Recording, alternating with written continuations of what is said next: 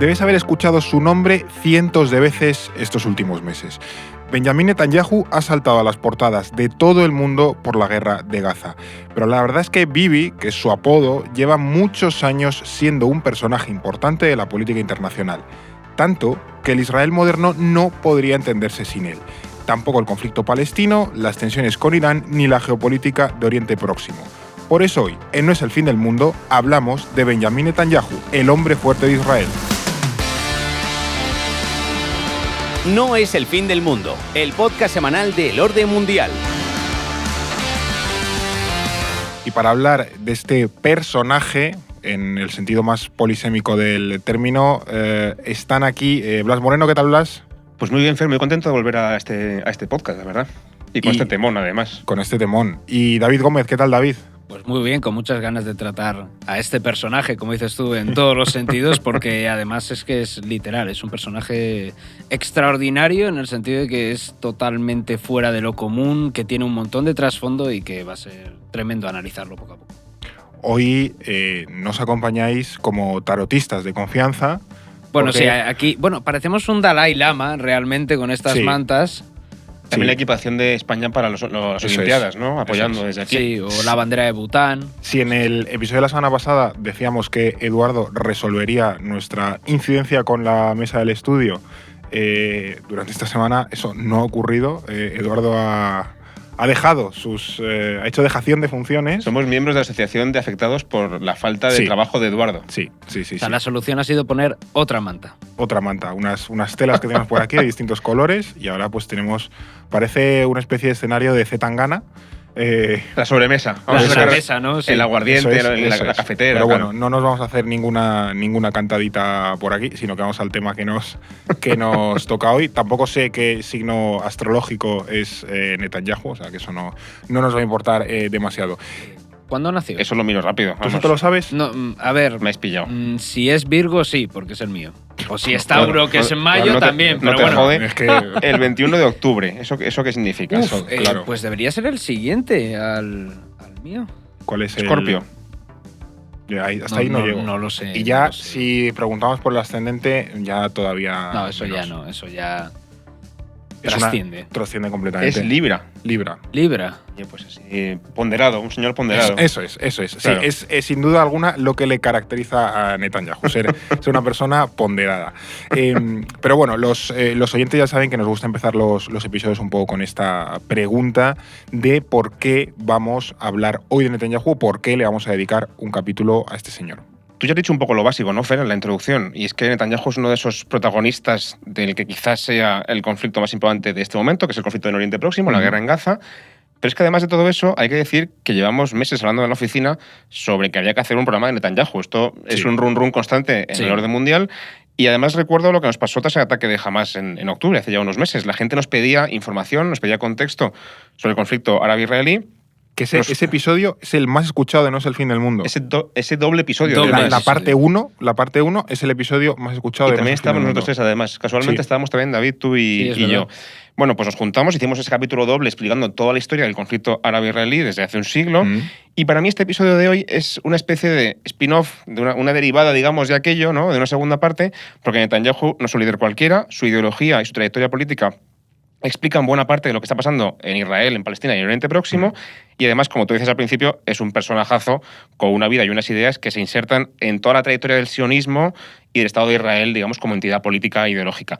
No es un primer ministro al uso, no está ahí solamente por haber ganado las elecciones, sino que entenderle a él nos va a dar muchas más claves también para entender lo que hay alrededor del conflicto y del Estado de Israel. Claro. Básicamente, si tenemos oyentes seriéfilos, ese doble episodio sería como Breaking Bad. Y esto sería como Better Call Saul. La figura de Saul Goodman sería Benjamin Netanyahu, que además también tiene ese toque de cinismo muy importante. Pero como Joey cuando hizo la subtrama de Friends. Yo es que Friends no la he visto. Ya no llegaste a eso. Y también tiene el pelo así un poco peinado para allá, ¿no? Como Saul. La cortinilla. Tiene el emparrado, ¿no? Un poco. Tiene su toque y además es un superviviente. Pero es que aparte de todo eso, Netanyahu es uno de los personajes clave para entender no solo Israel, sino también el siglo XXI en general, porque como político es un auténtico animal, y nunca mejor dicho. Ha transformado la política israelí, todo gira en torno a él y nadie es capaz de echarle. Recordad que estuvimos debatiendo en ese episodio del Mundo en 2024 si Netanyahu iba a aguantar hasta final de año o no. Muchos dijisteis que no, yo dije que aguantaba, de momento está aguantando y veremos si acaba el año. Estamos a mitad de año todavía. Hay una porra aquí. O sea que todavía Netanyahu lo queremos echar, lo intentamos siempre decir, le queda poco, y ahí sigue el hombre. Al final Netanyahu fue el primer ministro más joven de la historia de Israel, con 47 años, en 1996, que se dice pronto ya, y ha superado al fundador del país, a David Ben Gurion, como el jefe de gobierno que más tiempo ha estado en el cargo y además es el que más veces ha sido elegido para ese puesto. Ha sobrevivido a 1000 elecciones, ha formado todas las coaliciones posibles, ahora tenemos probablemente la más extremista de la historia de Israel, ha aguantado cuando parecía prácticamente imposible y de hecho es lo que decimos, que sigue a pesar de ese ataque de Hamás y de toda la presión que tiene ahora por Gaza y en todos los frentes. Y al final, como decía Blas, no es un primer ministro sin más. Netanyahu es el ideólogo de su partido, el Likud, del que hablaremos más adelante y que ahora mismo controla por completo, y lo ha sido prácticamente todo en la política israelí. Fue embajador, fue ministro de Economía y de Exteriores y yo creo que ya solo le falta ser presidente del país.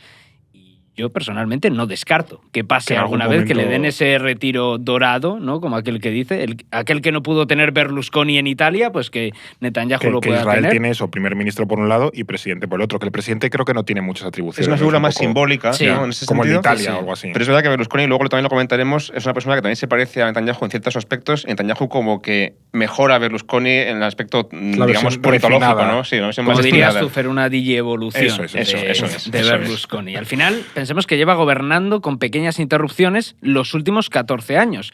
Vamos, que sin él no se entiende ni Israel ni esta época en general. Y pensad además que se convirtió en líder de su partido en el año 93.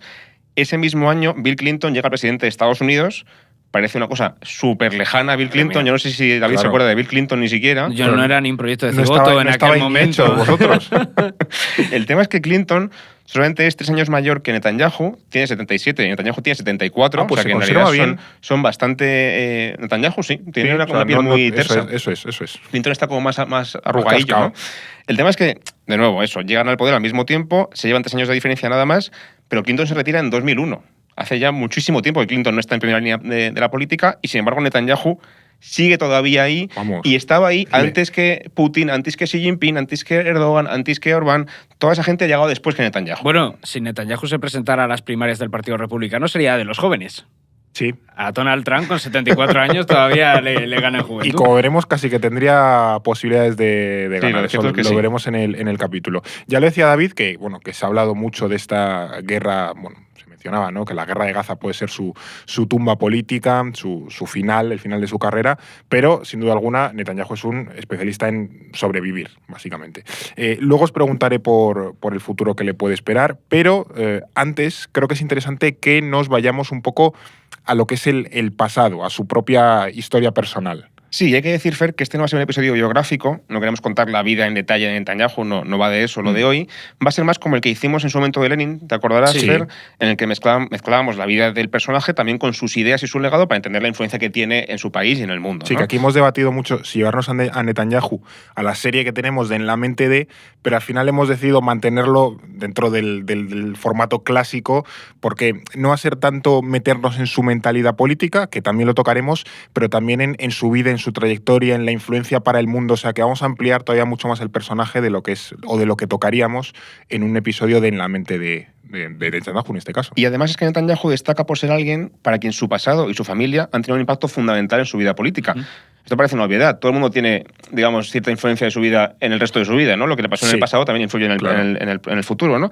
Pero con Netanyahu es más cierto que con otros líderes políticos. Por ejemplo, yo qué sé, Stalin nace en un pueblo de Georgia, en un pueblo de una familia pobre, luego roba bancos y acaba la Revolución Rusa y acaba ascendiendo al poder, ¿no? O Hitler, pues yo qué sé, un pueblo pequeño de Austria, quiere ser pintor. No le sale bien un dibujo y ¿no?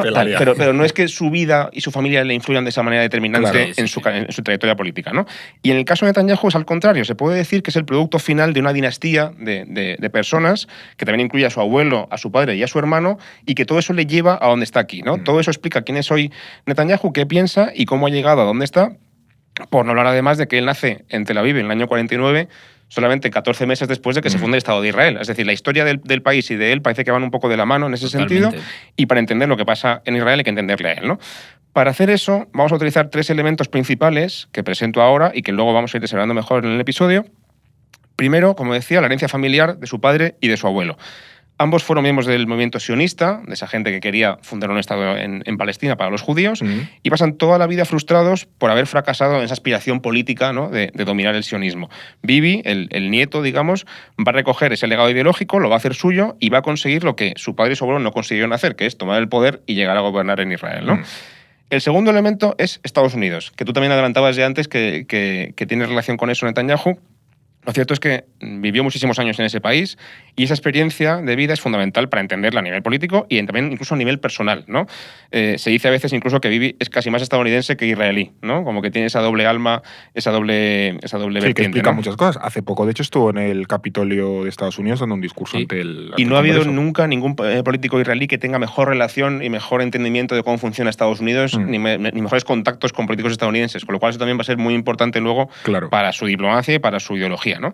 Y por último, el tercer elemento, su hermano Jonathan. Johnny también se le conoce, ¿no? El hermano mayor, que es un héroe de guerra de Israel, que cae en una operación de rescate de rehenes en el año 76.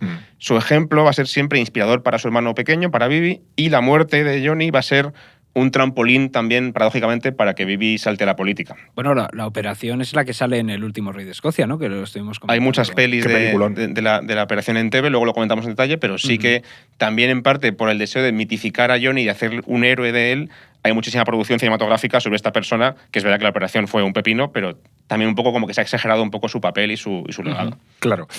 Bueno, pues desentrañemos toda esta madeja de personajes y de historias. Vamos a empezar por el abuelo. ¿Quién es este abuelo Netanyahu y qué papel juega en toda esta historia? Bueno, pensemos que la familia Netanyahu proviene del antiguo imperio ruso, como muchos judíos que emigraron a, eso te iba a decir, lo que era Palestina en aquel momento, a principios del siglo XX, en esas grandes oleadas que provenían de Europa. Su abuelo nació en la actual Bielorrusia y se llamaba Nathan Mileikowski. Por cierto, esto es una tontería, pero Mileikowski suena mucho a una versión larga de Milei, como si pensáramos en un Milei polaco o ruso. Así que corre por redes un meme, una teoría de la conspiración sobre que el presidente Javier Milei tiene algún parentesco con los Netanyahu o que es judío. Recordad que Milei hablaba también que quería convertirse al judaísmo. Pero bueno, esta teoría es falsa. No viene de los Mileikowski de toda la vida. No es un Mileikowski Milei, aunque le gustaría serlo, seguramente. Pero bueno, bromas aparte, Mileikowski, este hombre, el abuelo de Netanyahu, se formó como rabino y enseguida se unió al movimiento sionista. Estamos hablando de finales del siglo XIX, que es una época en la que los judíos son perseguidos por toda Europa, empiezan los pogromos, por ejemplo, de Kishinev en 1903, sobre todo eso, en ese imperio ruso, y además esto lleva a los intelectuales judíos pues, a empezar a plantearse la necesidad de fundar un Estado independiente. Y de esta manera nace el sionismo, esa doctrina política que promueve la creación de un Estado judío en la región de Palestina.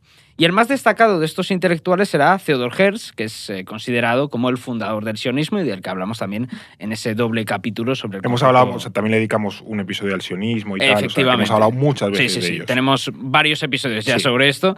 Pero bueno, al final, desde el principio, habrá varias corrientes en el movimiento. Herzl lidera esa corriente más mainstream, la principal, que es una corriente liberal, moderada, más bien secular. Luego surge otra, especialmente fuerte en el Imperio Ruso, que es ese sionismo socialista, casi revolucionario, que después va a tener mucho peso en la historia de Israel. Hablábamos de David Ben Gurión, de todo lo que será el movimiento laborista. Y que también inspiró mucho a Lenin, lo comentamos también en el capítulo de Lenin, de ese partido Bund de judíos socialistas que también inspira la Revolución Rusa después. Sí, que además el Bund no son sionistas, o sea, que hay un socialismo sionista y un socialismo no sionista. El Bund no será sionista, esto de Israel es una truchada, yo no quiero saber nada, yo quiero hacer la revolución aquí, pero sí, hay un movimiento que luego veremos de judíos de izquierdas en el Imperio Ruso. Totalmente. Sí. Y habrá otra más, aparte de estas dos corrientes que hemos mencionado, que es el sionismo religioso, que considerará que hay argumentos religiosos para emigrar a Palestina y no a cualquier otro lugar, porque recordemos que hubo propuestas de mandar a los judíos a lugares tan remotos como Uganda, por poner un ejemplo. También creían que el futuro Estado de Israel debía regirse por una política religiosa y conservadora. Y Mileikowski pertenece a esta última corriente. El caso es que este hombre, el abuelo de Bibi, dedica toda su vida a promocionar el sionismo y el establecimiento del Estado de Israel, y además de forma religiosa, en Palestina. Claro. Y de hecho le pone a su hijo, el padre de Bibi, el nombre nada casual de Ben Sion, que significa hijo de Sion, ¿no? Hijo de, digamos, de la Palestina histórica, ¿no? Sí. De Israel, ¿no? Para conseguir el objetivo de fundar el Estado de Israel, lo que hace Mileikovsky es primero viajar por todo el Imperio ruso y luego, tras emigrar a Palestina en 1920, también promociona el sionismo allí en Palestina y por el resto del mundo, se va, por ejemplo, a Estados Unidos, al Reino Unido, dando charlas, recaudando dinero, escribiendo artículos en prensa, en los que además empezará a firmar con el seudónimo de Netanyahu. Aquí es donde aparece ya el apellido familiar, que al principio simplemente es un seudónimo que significa otorgado por Dios y que él utiliza, bueno, pues para firmar sus artículos, de nuevo con esa conexión religiosa, ¿no? del nombre, ¿no? El tema es que Mileikovsky va a morir en Palestina en el año 35 sin haber conseguido su objetivo principal. Es verdad que el Estado de Israel se fundará poco después, pero él no llega a verlo en vida. Y además queda muy frustrado por la deriva del movimiento sionista, que en los últimos años de su vida había quedado, digamos, más dominado por la parte socialista y no tanto por la religiosa, ¿no? Y eso es una cosa que él siempre va a tener ahí un poco frustrado. Claro, porque estamos hablando de que a principios del siglo XX empiezan a llegar millones de migrantes judíos a Palestina. Todavía no estamos en la Segunda Guerra Mundial, todavía no ha llegado el nazismo, todavía no se ha producido el Holocausto. Y muchos de esos primeros inmigrantes comparten esa ideología socialista, precisamente porque vienen también del Imperio ruso. Ahí es donde surgen los famosos kibbutz, que son una especie de comunas agrícolas rollo autogestionado, que en buena medida será la base del Estado de Israel y que de hecho uno de esos kibbutz es el atacado por Hamas el 7 de octubre. Recordemos también que el fundador del país, que es David Ben Gurión, es socialista y de hecho también lo son la mayoría de líderes importantes de esa época. De hecho, creo recordar que en el doble episodio del conflicto mencionábamos que esos inmigrantes que provienen del Imperio ruso, todos se cambian el apellido y se convierten en la élite, que son los askenazíes, ¿no? Estos son los que... Luego lo comentaremos. Esa gente que viene del este de Europa es la que compone todavía hoy la élite intelectual, social y política de Israel.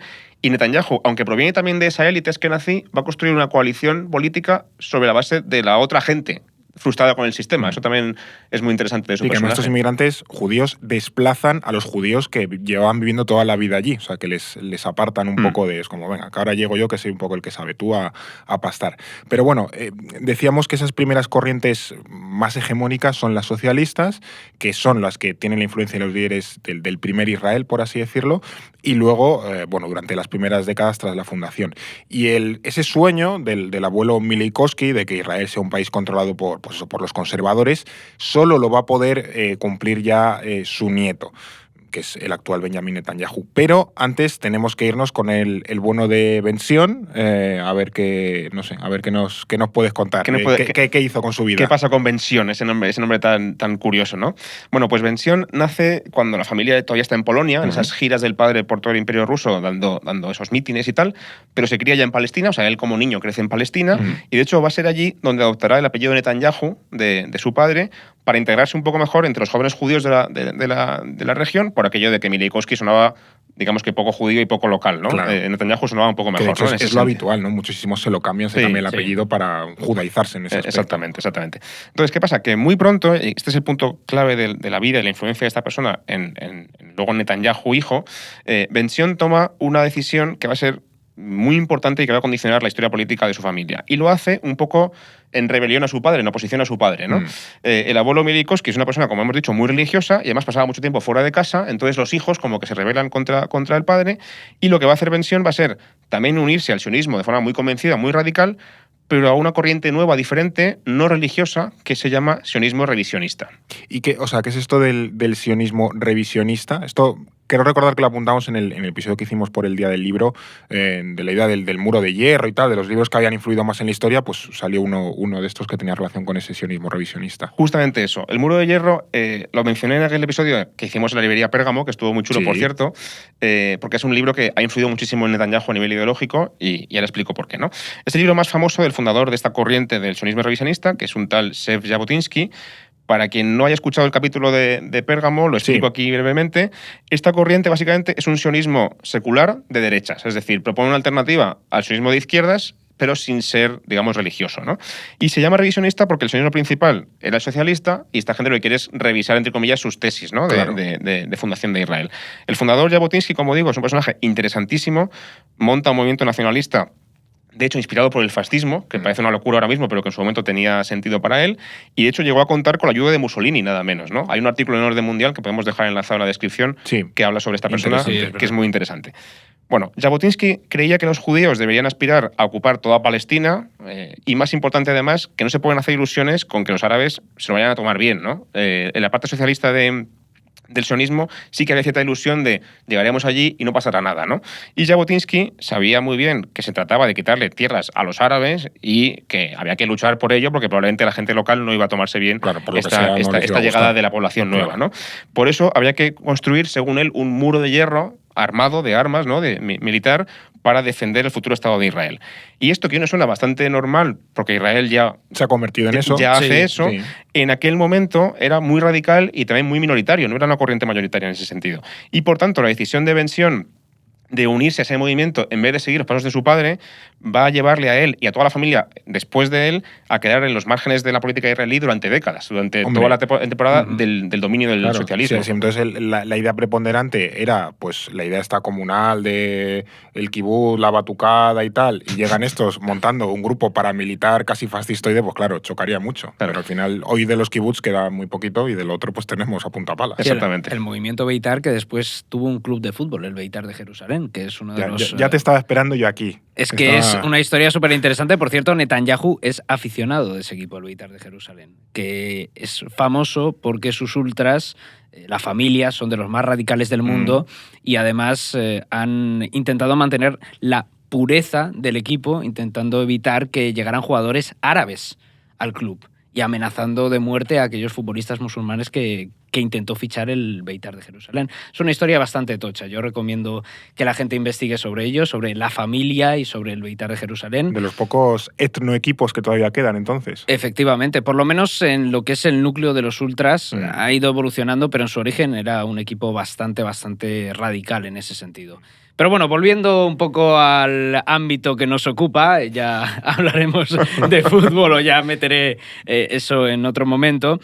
Aquí tenemos ya las líneas divisorias de lo que es la política israelí, esas tres ramas del sionismo que han llegado hasta la actualidad. Por un lado, el sionismo socialista, que es verdad que con el tiempo se ha ido moderando y también ha perdido bastante peso, ahora es socialdemócrata. Está ese sionismo revisionista de Jabotinsky y la derecha religiosa, que es la del abuelo de Bibi Netanyahu. Sí. Durante toda su carrera, Netanyahu ha sido revisionista, ha peleado contra los socialistas y ha pactado con los religiosos. Y durante aquellos primeros años, los socialistas es verdad que eran más prácticos y menos ideológicos. Querían negociar con los británicos esa retirada de Palestina, aceptaron el plan de partición de la ONU y se centraron sobre todo en desarrollar la agricultura y la industria para ser independientes. De ahí todo ese rollo de los kibbutz que comentábamos, esperando que los árabes aceptaran su presencia de forma un tanto ingenua. Los revisionistas sí que pensaban que todo esto era estúpido y que los socialistas eran unos derrotistas y además unos blandos, porque querían ocupar... Tibios socialdemócratas. Sí, totalmente, ¿no? Izquierda cobarde en este caso. Querían ocupar toda Palestina y no aceptaban ese plan de partición ni de broma, desde luego. Pensaban que el conflicto con los árabes era inevitable y que los judíos debían asegurarse su propia seguridad creando una fuerza armada y no preocuparse por plantar tomates. Que aquí es donde sale lo que tú decías, Fer, de las milicias paramilitares, ¿no? Son ellos quienes, esta gente de Jabotinsky y los revisionistas, quienes fundan las milicias judías del Irgun y del Lehi, que son milicias paramilitares que se dedican básicamente a poner bombazos, a hacer atentados terroristas contra otros judíos rivales de ellos, contra británicos y contra también los árabes locales, digamos, ¿no? En aquella época previa a la fundación del Estado de Israel, años 30 y 40.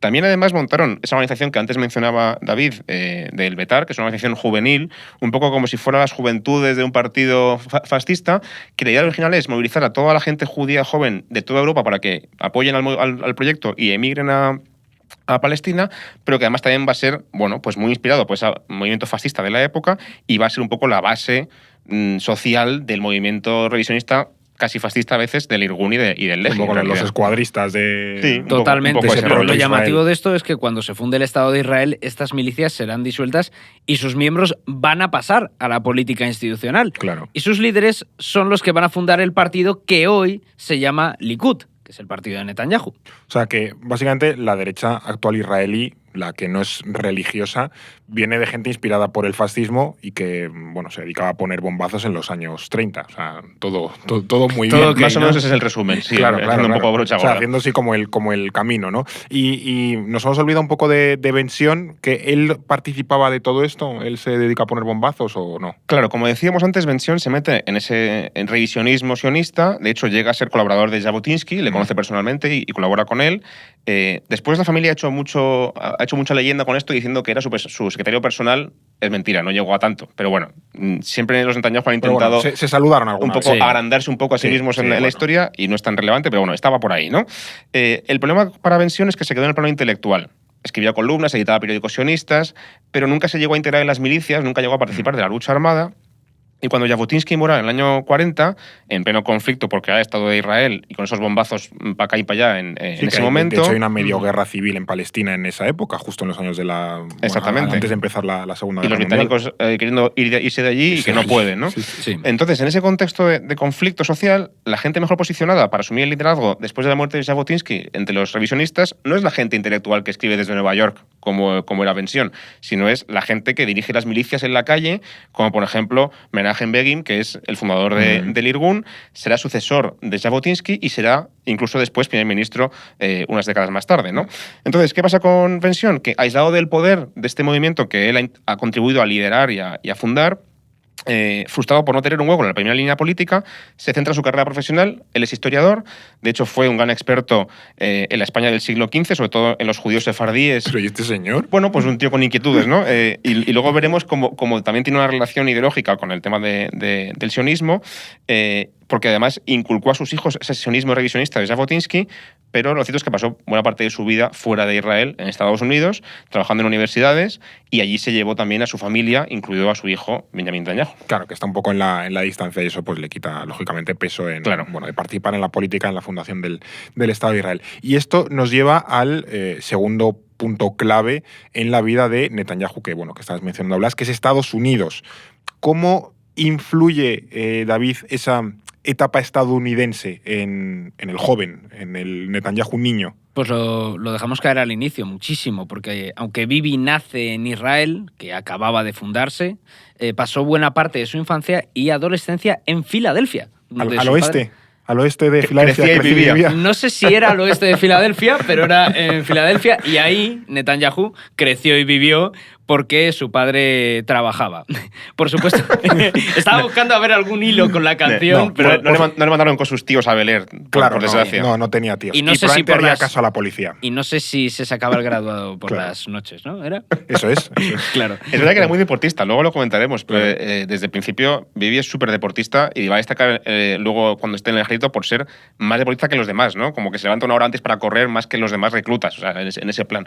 Pero bueno, no sé si juega al baloncesto o a otra cosa. Bueno, no le gustaban los burpees. Sí, no sé si era aficionado a los Sixers, pero era deportista y, por supuesto, era bilingüe, y es bilingüe, y hasta tuvo pasaporte estadounidense, porque su madre era ciudadana de Estados Unidos.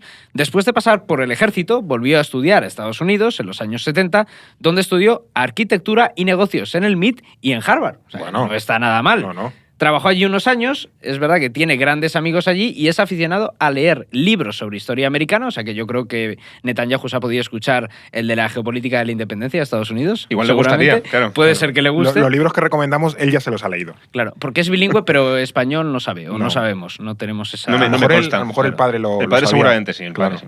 Pero bueno, el vínculo que tiene Netanyahu con Estados Unidos es tan grande que incluso a veces hace las reuniones de su gabinete ministerial en inglés. Eso es de flipado. Sí, eso ya es... es de Tolai. Es como los vídeos estos del Chocas que utiliza terminología inglesa, ¿no? Es como la gente que se ve series en versión original. No, tío, no, por favor. ¿No te gusta verlas en versión original? No. Además, en España hay muy buenos traductores. Yo apoyo a la industria nacional. Estoy de acuerdo que hay muy buenos actores de doblaje. Sé doblaje. que en América Latina no apoyan esta afirmación, pero Ya. yo estoy en ese barco. Creo que el doblaje de España es mucho mejor. Sí, incluso. O sea, mi voz de Bruce Willis es solo una y es en español. Es española. Eso Sí. es. Pero bueno, no quiero que me aniquile la gente de México, de Argentina o de Colombia, porque sé que esto del doblaje genera bastante controversia. Es un tema polarizador. Y que en España es una decisión muy política también. O sea, que viene de Franco y todo eso. Mira, eso no lo sabía, pero algún día sí. podemos Otro día hablar sobre ello. hablamos Sí, porque os veo que os vais a otra cosa Totalmente. Así que regresamos. La cuestión es que la conexión entre Estados Unidos y Netanyahu es total. Y como decía Blas, a veces se dice que Bibi es más estadounidense que israelí. Y no es solo una conexión personal, sino también ideológica. Netanyahu admira el sistema estadounidense realmente. Él cree que Estados Unidos lidera el bando de los buenos y que Israel es su aliado natural en Oriente Próximo. Y por encima de todo, Fer, Estados Unidos es la rampa de salida de la carrera política de Netanyahu, que empieza sobre todo a despegar, o al menos empieza a ser incipiente, después de la guerra del Yom Kippur, la del 73, que también comentamos en aquel episodio doble. Sí, para que nadie se pierda, estamos hablando de la guerra en la que Egipto y Siria atacan por sorpresa en esa festividad del Yom Kippur y lo atacan a la vez a Israel. Y bueno, de hecho, al principio están ahí un poco que no es así si los israelíes van a perder, pero al final ahí sobre la bocina le dan la vuelta y terminan ganando la guerra, básicamente. Exactamente. Israel gana. Es verdad que con mucha presión, con mucho estrés, porque aquello está a punto de ser una catástrofe, y se da cuenta de que vive en un vecindario hostil. Si no te das cuenta ya, Israel, pues ya era hora que te dieras cuenta, ya van 4 guerras. Israel, date cuenta. Date cuenta, amigo. Y necesita toda la ayuda que pueda obtener de Estados Unidos, que, como decía David, es su aliado natural en la Guerra Fría, ¿no? Y Bibi, que para entonces ya ha pasado por el ejército y está ya también de vuelta en Estados Unidos, como también comentábamos antes, se da cuenta de que la mejor forma de apoyar a su país no es volver al país y luchar con las armas como había hecho hasta ahora, sino hacer promoción pública desde Estados Unidos, contribuir desde allí a que la causa israelí se conozca en el país aliado por excelencia de Israel. Y ¿no? que en esa época, o hasta esa época, la comunidad judía en Estados Unidos tiene muchísimo peso, muchísima influencia, sobre todo también, y además en ambos partidos. O sea, que Sí. ahora quizás menos en el Partido Demócrata, pero desde luego hace décadas, vamos. Y además en un consenso bastante grande de apoyar a Israel después de la Guerra Fría. Sí. Tanto un partido como otro tienen más o menos claro que hay que apoyar a Israel, ¿no? En ese sentido. Y Bibi es perfecto para ese papel de promoción de Israel porque, como decíamos, se ha criado en Estados Unidos, es joven, es culto, tiene un buen aspecto, era muy deportista, como decíamos antes, es un tío guapo, en forma, tal. Tiene un currículum impresionante, convicciones muy firmes, habla muy bien en público. Así que empiezan fichándole en el consulado israelí de Boston, porque está estudiando allí en Harvard y en el MIT, o sea, le pilla cerca, para difundir el discurso pro-israelí, y poco a poco va ganando experiencia y también contactos, sobre todo, como tú decías, Fer, en la comunidad judía de Estados Unidos, y luego también enseguida ya en el entorno diplomático de Israel en Estados Unidos y también entre los políticos estadounidenses. Y todo eso va a ser la base para su carrera política posterior. Y justo, bueno, estábamos hablando del año 73, pero justo en esos años, en el año 76, muere su hermano Jonathan, Johnny. Johnny y el Bibi. El Johnny y el Bibi. El Johnny y el Bibi. Sí, es un poco los que te roban la merienda en el barrio. Lo hemos adelantado antes, que es, bueno, Jonathan Netanyahu, que es el hermano mayor, era un capitán de las Fuerzas de Operaciones Especiales israelíes y fue el único soldado israelí que murió en un rescate que es absolutamente espectacular, que es la llamada Operación Entebbe, en Uganda. Porque básicamente lograron rescatar a 103 rehenes que estaban retenidos ahí en un aeropuerto en Entebbe, básicamente, en Uganda, después de que el avión lo secuestrase un comando palestino y lo desviase a Uganda, porque Idi Amin además le daba cobertura o apoyo a los terroristas palestinos de esa época. Entonces los israelíes fueron allí y en menos de una hora los rescataron a todos. Y solo murió un soldado, que fue pues el tal Johnny. Ahí, como hemos dicho antes, hay varias pelis sobre esta historia. Sí, además la muerte de Johnny va a ser quizá el evento más importante de la vida de Netanyahu, que se dice pronto, y es que los dos hermanos eran uña y carne. Ambos estuvieron juntos en las fuerzas especiales y, curiosamente, la frustración del padre con no poder participar en la primera línea de la política y marcharse a Estados Unidos va a llevar a los hijos a involucrarse más activamente en la defensa de Israel desde el ejército. De hecho, Bibi también llegaría a capitán y participaría en algunas operaciones bastante arriesgadas en el extranjero en los años 60 y 70. Y, como podéis imaginar, pues la muerte de Johnny, por ese vínculo que tenían, es un mazazo. Pero al mismo tiempo se convierte en una oportunidad fantástica de promoción para la familia Netanyahu. Hombre, o sea, la típica de aprovechar un muerto. Claro, y además pensemos que la operación Entebbe había sido un éxito rotundo para Israel, pero como era una misión encubierta no se podían dar nombres de los participantes. Pero el de Johnny, que ya estaba muerto, pues sí podía difundirse, así que el gobierno aprovechó para hacerle homenajes, para visibilizar su ejemplo. En definitiva, se convirtió en un héroe nacional de Israel. Su familia se apresuró a subirse a este carro, pero vamos, 100% a tope. Había que exprimir eso como si no hubiese mañana. Entonces, desde su muerte han construido una imagen mitificada de Johnny como el arquetipo del israelí ideal, que es ese soldado que está plenamente comprometido con con su país, que se sacrifica por salvar a los rehenes y a sus compañeros, que conoce la religión y la ideología sionista y que además es buen hijo y buen hermano. De hecho, todavía hoy Johnny es uno de los personajes más admirados de Israel. Tanto es así, David, que después de eso, 2 años más tarde de su muerte, la familia lanza nada menos que un libro con una selección de cartas de Johnny como si fuera Churchill. O sea, es un señor de 30 años nada más, claro, pero editan un libro Frank. con sus cartas que todavía hoy es un bestseller nacional en Israel y además es muy popular para extraer esas frases motivacionales de sacrificio por la patria y tal y cual que se pueden ver en redes sociales, ¿no? Todavía esto sigue pasando en Israel. En Israel no está de moda leer a los estoicos, sino a Johnny. Es un poco los estoicos de Israel, claro. sí, básicamente. Pero es que además de todo esto, la familia quiere publicar una biografía de Johnny. Les interesa también promocionar a su hijo por esta vía, ¿no? Y aquí hay una historia muy interesante de cómo funciona la familia Netanyahu, y es que ellos lo que quieren es el típico bestseller lacrimógeno sobre lo estupendísimo que fue su hijo Johnny, con lo que decía David, ¿no? Y se lo encargan al prestigioso historiador militar británico Max Hastings, Es muy top, ¿eh? que es un tío súper top. Es un tío que se pone manos a la obra, se lo toma muy en serio, dedica muchísimo tiempo a entrevistar y a investigar con la gente allegada de Johnny y a enterarse un poco de su vida y tal, y escribe el libro. Pero sale mal. Sale mal porque la familia y el gobierno israelí le ponen 1000 pegas. Esta gente quería un retrato mitificado de Johnny, claro. ¿no? Como ese arcoíris de persona que lo hace todo bien, ¿no? Y él, como es lógico, pues encuentra otros matices, otros grises. Johnny no deja de ser un militar de 31 años, no tiene tantísima vida que contar, no tiene tanta relevancia en realidad. Claro. Y además el tío no es perfecto, evidentemente, también tiene sus fallos que hay que también contar en una biografía Era seria. Era persona, ¿no? Pero claro, a la familia de Netanyahu y al gobierno de Israelí esto no les vale. Claro. Ellos quieren una cosa mucho más alabatoria, ¿no? Y mucho más propagandística.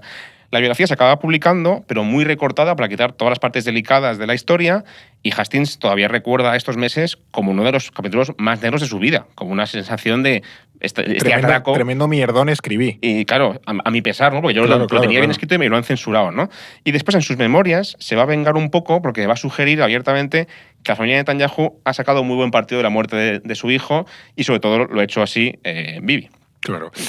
Bueno, Bibi que ya empezaba a estar un poquito moviéndose por los medios de Estados Unidos. Claro, en el momento en el que se cargan a su hermano, sale el libro y tal, pues le empiezan a llamar todavía más, porque es un personaje un poco de moda. Al final, claro, no deja de ser Benjamin Netanyahu, ese hermano pequeño del capitán Johnny Netanyahu, que es nada más y nada menos que el héroe de Entebbe. Entonces, ojo. Exactamente. Y Bibi, que además él también viene de ser capitán de las Fuerzas Especiales, con lo cual también tiene esa historia personal muy, muy sacrificada, utiliza la historia de su hermano en sus discursos, todavía hoy cultiva esa mitificación de su hermano en política. Tanto es así que la gente que se quiere llevar bien con él, y hablo, por ejemplo, de líderes internacionales, de embajadores, de gente de empresas en Israel, si quieren llevarse bien con Bibi, saben que es buena idea, por ejemplo, hacer una visita al cementerio donde está enterrado Johnny, hacer una especie de homenaje, ¿no? Sí, visitarle. Poner la coronita ahí. Claro, o mencionar alguna frase alabatoria de su hermano delante de Bibi para que, bueno, pues esto a él le gusta escuchar ese tipo de cosas, ¿no?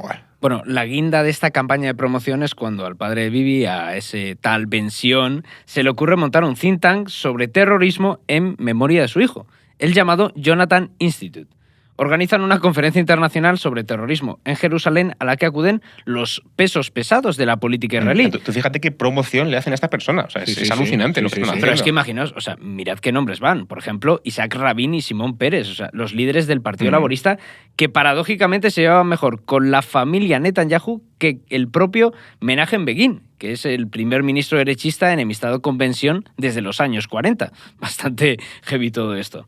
La conferencia es un éxito para los Netanyahu. De hecho, asisten senadores estadounidenses y hasta un tal George Bush padre, que en ese momento había sido exdirector de la CIA, Jolín. y era una estrella en ascenso en el Partido Republicano que está a punto de convertirse en vicepresidente con Ronald Reagan y luego será presidente de los Estados Unidos. Y como director de este tinglado, Bension pone a Bibi, que entonces solo tiene 26 años y se hincha a hacer contactos y dejarse ver. Y al final, el Jonathan Institute quedó en absolutamente nada, pero sí que le sirvió para darse a conocer y asentó la línea ideológica. Ese día, vamos, Netanyahu repartió ahí tarjetas como si no hubiese mañana. Imagínate. Te ponen a George Bush padre ahí y tú con 26 años. Y tú como director de la conferencia, claro, nada menos. Que y no es un George Bush que fuese desconocido, sino que ya era un exdirector de la CIA. Nada menos, ¿no? Y iba con el datáfono ahí también para el a tope. Bueno, lo interesante también de la conferencia, aparte de cómo sirve para promocionar la imagen y el perfil de Bibi, es que lo que se instala como marco ideológico de esa conferencia va todavía a mantenerse en la agenda, digamos, de Bibi, ¿no? En su línea política. Y la línea es la siguiente. Estados Unidos e Israel luchan contra una amenaza terrorista global. Esa es la idea marco de la conferencia que se celebra entonces y que todavía, digamos, que Netanyahu defiende. Y sigue la idea con la democracia contra el terrorismo, el bien contra el mal. Es decir, que según Netanyahu no se puede hablar nunca de, por ejemplo, luchadores por la libertad, que es una cosa que se decía mucho en la Guerra Fría, ¿no? Los palestinos son luchadores por la libertad. Él dice que no, que son terroristas y hay que combatirles donde sea y punto, ¿no? Exactamente. Bibi siempre ha leído la historia de Israel en estos términos de bien contra mal, ¿no? Israel forma parte de ese occidente, ese bloque judío-cristiano y democrático liderado por Estados Unidos, y por tanto Estados Unidos debería apoyar a Israel, que es su aliado natural en Oriente Próximo, una región, por lo demás, muy convulsa, violenta y llena de enemigos para ese occidente democrático, estupendo y fantástico que defiende Bibi, ¿no? Con muchos matices, por supuesto, pero esto es lo que él dice. Da igual que las diferencias entre enemigos sean muy evidentes, ¿no? Al final, toda esa gente enemiga de Occidente es enemiga de Occidente, los ponemos todos al mismo saco y ya está, ¿no? Pero, o sea, ¿esto en qué año es, más o menos? Esto es en el 79, ¿no? ¿Lo hemos dicho antes, me parece? No sé si hemos llegado a decirlo. Preguntaba esto porque la idea esta que estás apuntando en Netanyahu me resulta muy similar a la del choque de civilizaciones. Claro, es que él se adelanta mucho a ese tipo de cosas. Claro, pero eso digo que es mucho tiempo antes de la idea del choque de civilizaciones. Y la conclusión es que Israel tiene que llevarse bien con Estados Unidos, convencer de esta teoría, como tú dices, ¿no? Del bien contra el mal, de Occidente, cristianismo y judaísmo contra el Islam, que también dirá después Huntington en los 90, y recordar a Estados Unidos que es muy importante que sigan esta lucha porque si no Israel se va a quedar solo, ¿no? En esa pelea tan grande, ¿no?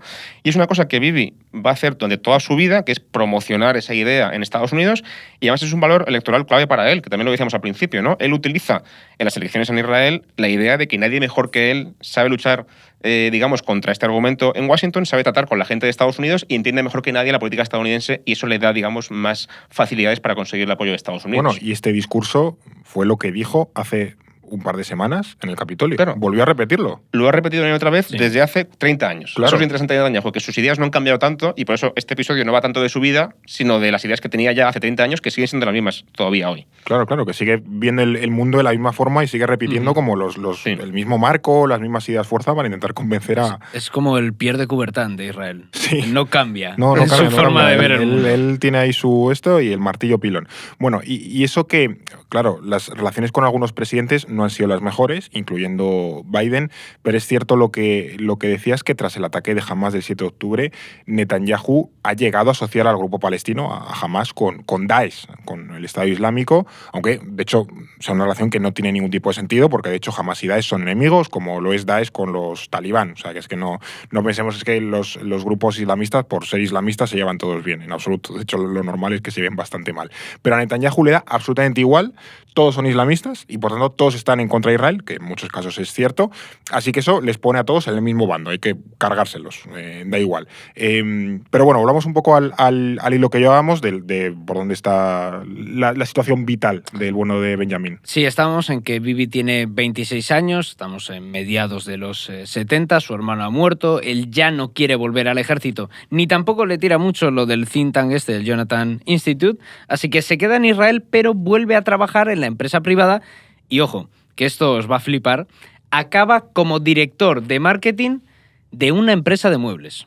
O sea, hay un universo paralelo en el que ahora un tal Benjamín Netanyahu pues ya tendría que estar jubilado, es un jubilado israelí, que ya tiene una larga trayectoria y que si le metes en LinkedIn sale relacionado con el sector del mueble, ¿no? Sí. Como Michael Scott, pero en los muebles. Claro. ¿no? Un poco así. Y probablemente el mismo universo paralelo en el que Hitler es un mediocre pintor que, bueno, quedó así más... Que nadie conoce. Que nadie conoce y que se queda ahí un poco en Austria y tal, sin hacer gran cosa. No, pero bueno, entiendo que Bibi, claro, como no se le conoce precisamente por el tema de vender mesas, pues ahora se dedica a otras cosas, entiendo. Sí, la Benjamin Netanyahu Paper Company, bueno, paper no, pero de hecho hay como Furniture Company. Furniture Company no durará mucho porque en 1977, por primera vez desde la fundación del Estado de Israel, ha llegado al poder la derecha. Aquel Menachem Begin, el líder del Irgun, que ya lo dijimos antes, se convierte en primer ministro de Israel.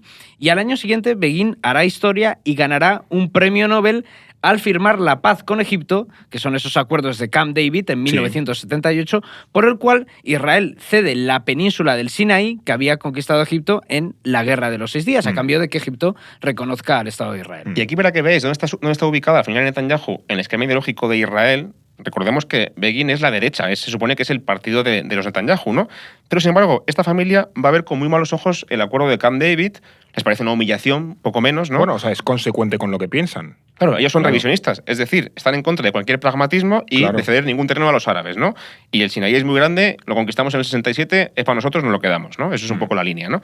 Y de hecho, ya como primer ministro, ya en el poder, Netanyahu se ha cuidado mucho de no criticar abiertamente este acuerdo, que a día de hoy se considera una piedra fundamental en la geopolítica de la Guerra Fría y de la paz en el Oriente Próximo. Hay un consenso abrumador de que es buena idea hacer este acuerdo, pero a él no le mola tampoco mucho este acuerdo y se calla y no lo alaba demasiado. Claro. Recordemos que Egipto había sido el enemigo tradicional de Israel durante los primeros años de la Guerra Fría y es el primer país árabe que reconoce al Estado de Israel. Entonces es un acuerdo muy importante. El caso es que en 1982 Begin nombra a un nuevo embajador en Washington. Entonces se acuerda de aquel joven listo que sabía buen inglés, que se llamaba Bibi Netanyahu, que había organizado la conferencia del Jonathan Institute y le ofrece el puesto de número 2. Da igual que en ese momento Netanyahu solo tenga 32 años y 0 experiencia diplomática, como os podéis imaginar. En los muebles pues se pueden entablar contactos, pero diplomacia no había estudiado. Poca. Y claro, Bibi, que estaba harto de vender esos muebles baratos, pues se pira a Washington encantado de la vida.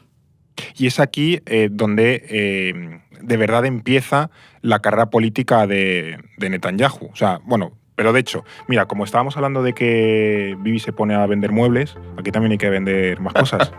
Porque aquí no vendemos muebles. La nueva mesa camilla del orden mundial. Hombre, lo sabe Dios. Sí, porque de hecho, mira, por si no te has enterado en los anteriores episodios, que te debería haber quedado cristalino, si te suscribes ahora al Orden Mundial, te llevas la maravillosa bolsa de tela del Orden Mundial, ahí perfecta para la compra a la playa, y además un 10% de descuento con tu suscripción anual. O sea que ahora, pues eso, la bolsita y si metes el código, que además metes el código podcast, y todo te sale por 54 €. Suscripción a un año, para leer artículos, para ver mapas, para apoyar este podcast, para guardarte los artículos, para leerlos en PDF. O sea, tienes un montón de ventajas y además la bolsita te la mandamos gratis. Y sin publi, por cierto, también. Y sin publi, se puede leer sin publicidad, eso es. Este es el inicio de tu carrera política, Fer, lo mismo. Probablemente, a lo mejor de un giro y me llamen ahora para una embajada en no sé dónde, después de, por mis habilidades vendiendo bolsas o colocando bolsas de tela. Pero recuerda, con el código podcast te llevas la bolsita y un año de suscripción a el Orden Mundial. O sea que maravilloso, y un 10% de descuento. Es que más no te podemos dar. A lo mejor Netanyahu lo hubiese vendido mejor, pero estas son las habilidades pero ya no se dedica a eso. Él ya no se dedica a eso es. Aquí hay un poco lo que hay. Esto no es el fin del mundo. Pero bueno, decíamos que Netanyahu vuelve a Estados Unidos, pero ya con un puesto de relevancia dentro de la administración israelí. Ha pasado por la Universidad de Estados Unidos, ha pasado por el ejército, ha pasado por la empresa privada y ahora ya da un poco el salto a lo público, por así decirlo. Sí, y al final ser el número 2 en Washington, es que pensémoslo, era un puestazo para un vendedor de muebles hace no tanto tiempo. Claro. Y al final Bibi es muy ambicioso y el embajador le deja hacer un poco lo que quiere, ¿no? Su tarea principal es dar la cara ante los medios y el público, que es algo que le gustaba bastante y se le daba bien. Y por si fuera poco, tiene un golpe de suerte, como si ya no fuera bastante suerte irte a Washington de número 2, porque pocos meses después de llegar, Israel invade Líbano. De repente, Bibi está en todas partes. Está en entrevista, conoce a los reporteros senior de Washington y Nueva York, aparece en programas de televisión. Y aquí es donde entiende muy pronto Netanyahu el papel fundamental de la prensa en la comunicación política y las campañas políticas, ¿no? En ese sentido es un poco precursor de eso, ¿no? También, como decíamos antes, de Berlusconi, pero de una versión más refinada, un poco más culta y un poco más, no sé si elegante, pero más ideologizada que Berlusconi, Berlusconi, ¿no? Ni leído, ni deportista, ni le gustan otras cosas a Berlusconi, pero no eso. No, bueno, a Bibi también le gustan esas cosas que le gustan también. a Berlusconi, Bueno. Pero por lo menos lo viste Lo disimula un poco más, ¿no? Lo disimula un poco más. Le falta pillar el club de fútbol y ganar ahí la Champions y todo eso, pero por lo demás... Exactamente. Pero bueno, el tema es que es un tío mucho más serio que Berlusconi, mucho más competente, ¿no? Y se le da muy bien el tema de comunicar en público y vender la ideología de Israel y los argumentos de Israel en el contexto en el que están bombardeando y arrasando nada menos que medio Líbano, ¿no? Y su capital, Beirut, ¿no? Por ejemplo, una cosa que es muy significativa. La CNN, la famosa cadena de noticias 24 horas, se funda en el año 80. Bibi acababa de llegar entonces a Washington y comprende que esa cadena de información 24 horas va a ser un cambio radical para el mundo, ¿no? Y para la comunicación. Y él quería estar ahí. Así que visita muy a menudo la sede de la CNN en Atlanta, que está bastante lejos de Washington, por cierto, hay que hacer un buen viaje, y se convierte en invitado habitual del show de Larry King, que va a estar emitiéndose 30 años casi, desde el año 85 hasta que cierra en los años 2000, no recuerdo cuándo es. Hace no mucho, entre comillas, pero vamos, sí en este siglo. Y Larry King y Netanyahu se llevan bien y le invitan muchas veces al programa y él se convierte en ese portavoz en la televisión, nada menos. Una estrellita. Bueno, que claro, que lo piensas y dices, ¿a cuántos embajadores ves a todos los días en la tele? Pues ahí Netanyahu estaba un poco en el ajo. Porque, o sea, Netanyahu va a Washington, pero porque además de, no sé si era representante de Estados Unidos o ante Estados Unidos o ante alguna organización internacional. Aquí ha habido un salto de historia. Él se va primero como número 2 en la embajada de Washington y luego, que es ya el momento de ascenso meteórico, gracias a sus contactos en la alta política que hace en Washington, que por ejemplo llega a ser casi una especie de asesor en la sombra del secretario de Estado George Shultz, el secretario de Estado de Reagan, o sea, llega a ese nivel de influencia en Washington. En el 84, con solamente 34 años y casi sin experiencia diplomática, es nombrado embajador ante la ONU. Es ahí cuando empieza a colaborar con la CNN de verdad, ¿no? Por eso es lo de que hace un embajador en la ONU, que es un puesto bastante gris, yendo a la tele cada 2x3, ¿no? Es muy significativo de la influencia que tiene Netanyahu en ese momento. Es un poco mierdosillo.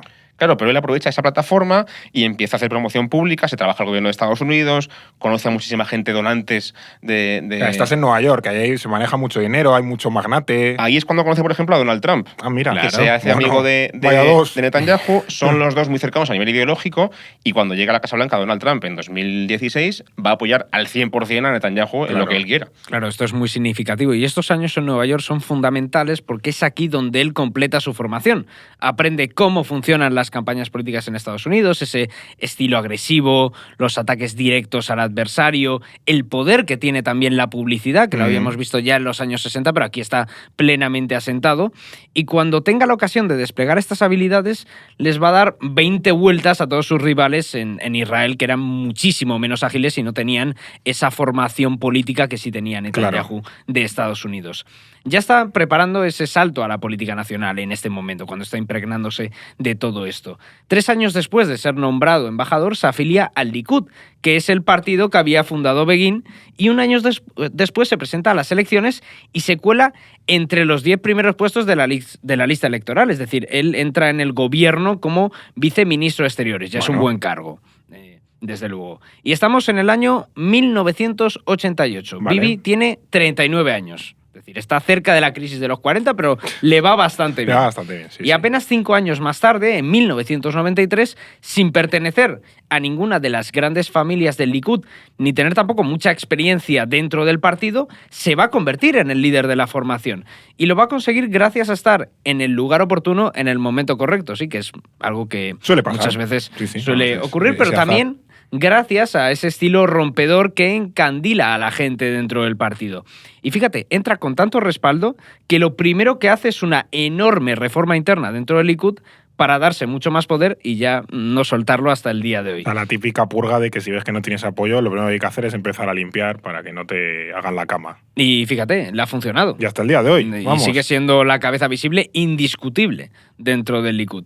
Y 3 años más tarde, ya en 1996, asentado como líder del Likud, se convierte en el primer ministro más joven de la historia de Israel.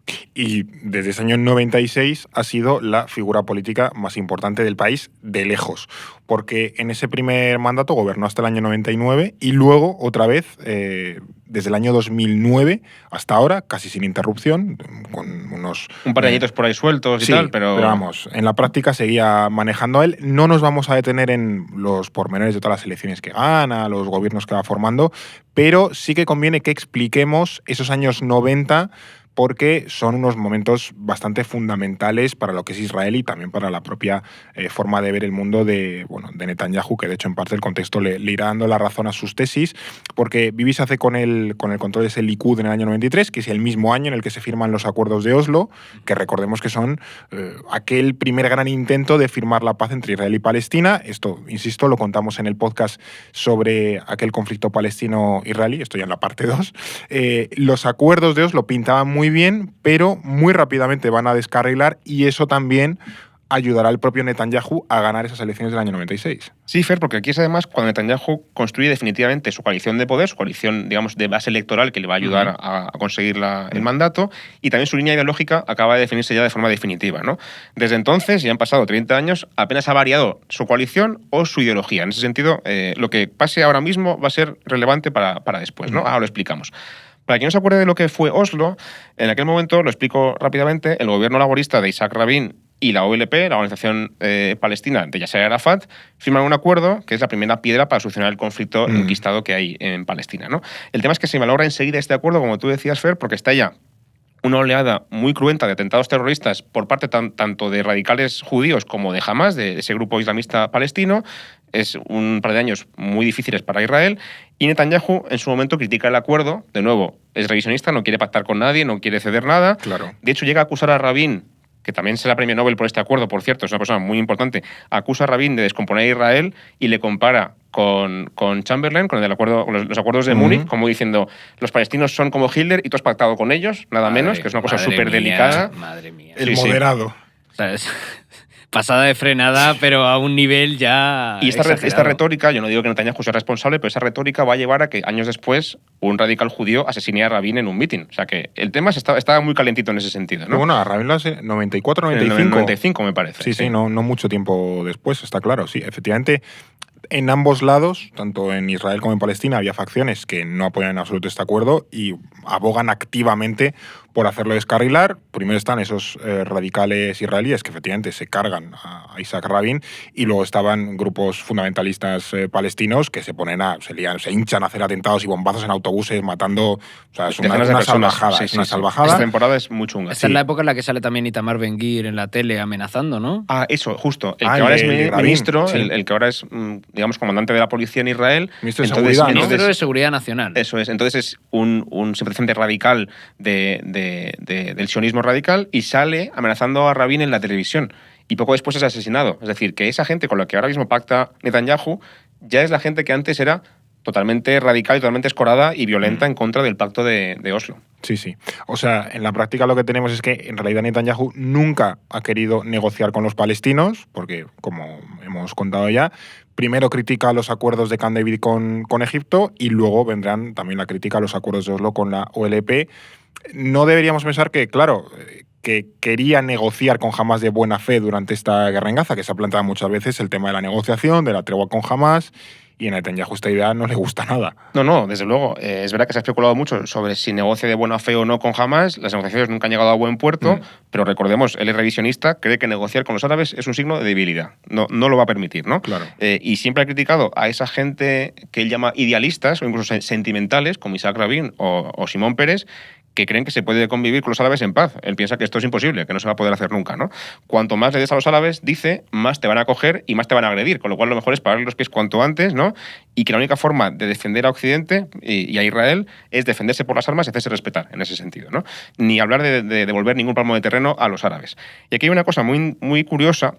En este libro que recomiendo, de Gideon Rachman, que es el corresponsal principal del Financial Times para la política internacional, La era de los hombres autoritarios. Que aquí le entrevistamos. Sí. Por cierto. Está también en la página web, luego lo colgamos. Y dedica un capítulo a Netanyahu y explica, bueno, pues su ideología, que luego también contaremos, y cómo él ha inspirado a otros hombres fuertes. Y en un momento dado habla de este tema que estaba comentando sobre la negociación con los palestinos, ¿no? Y que en la época de Obama hace mucho hincapié en intentar solucionar el conflicto, como han hecho todos los presidentes estadounidenses desde que empezó el conflicto, ¿no? Intentan meterse en este jardín y no lo consiguen, ¿no? Y en un momento dado parece que Netanyahu es proclive a negociar con los palestinos, es proclive a hacer caso a Obama, pero luego Rachman entrevista a Netanyahu años después y le pregunta, ¿usted estaba de verdad de buena fe de acuerdo con Obama o estaba simplemente haciendo un paripé? Y Netanyahu le dice, obviamente era un paripé. O sea, Netanyahu va a reconocer ante un periodista que lo que hacía con Obama era simplemente fingimiento, ¿no? El libro está muy bien, lo recomiendo, es el primer libro que recomendamos. Si quería bailarle el agua a Obama y Obama quería ver qué negociaban, pues él negocia. Dejarse bailar el agua, claro, pero Obama, como decíamos, ya no está en el poder, hace años que dejó el cargo, Netanyahu sigue todavía aquí y su tesis realista del conflicto palestino-israelí sigue vigente en ese sentido, ¿no? Pero bueno, el tema es que, como decía, yo no creo que Netanyahu haya negociado de buena fe con Hamas. Como muchos han logrado algún intercambio puntual de prisioneros y de rehenes por ambas partes, algún alto fuego puntual que duraba como mucho 2 o 3 días, que yo recuerde, desde que empezó la guerra en octubre. y la guerra nunca se ha llegado a parar. Y aunque es verdad que Hamás tampoco ha puesto todo de su parte, no solamente es culpa de Israel, hay fuentes dentro del gobierno israelí que reconocen que Netanyahu boicotea las negociaciones activamente. Claro. O sea que, bueno, de hecho hace también poco tiempo, unos pocos días, asesinaron, vamos, se intuye, pero bueno, vamos a, si me pongo la mano en el fuego no me quemo, de que Israel se ventiló al líder de Hamás, que era Ismael Haniyeh. Nada menos que en Teherán, la capital de Irán. Que le metió un cebollazo. Sí. Total, que nunca vamos a ver, por ejemplo, a Netanyahu. Yo me lo imaginaba, pensaba, joder, pues si vimos a Begin, que era un radical sionista, darse la mano con el presidente de Egipto y firmar la paz y devolverle el Sinaí, ¿por qué no, por ejemplo, podemos imaginar que Netanyahu firma la paz con Siria, le devuelve a Siria a los altos del Golán y se hace una foto con Bashar al-Assad dándose la mano? Esto es inconcebible. Esto no va a pasar ni de coña nunca. Es imposible. Sí, totalmente. Al final este mensaje tan radical de no negociar sonaba casi alienígena en ese contexto de los acuerdos de Oslo, cuando parecía que la paz en Oriente Próximo y que ese final del conflicto palestino-israelí podía llegar por fin realmente. Bueno, es que era el mensaje de las facciones más radicales. Sí, totalmente, totalmente. Pero cuando precisamente empiezan esos atentados de Hamás a partir de 1994, Netanyahu empieza a subir en las encuestas. ¿Y cómo lo hace? Pues prometiendo seguridad. Ese mensaje típico de ley y orden, ¿no? Él se presenta como Mr. Security, lo cual es bastante irónico ahora viéndolo con perspectiva con el atentado terrorista de Hamás. Pero él se presenta como el hombre que puede salvar al país del terrorismo, no con idealismo y pactos, sino con mano dura. Y hace otra cosa, usa una estrategia doble, digamos, ¿no? Se alía con los radicales ultraortodoxos y la extrema derecha en privado les usa para presionar al gobierno en la calle o para que le apoyen con sus votos.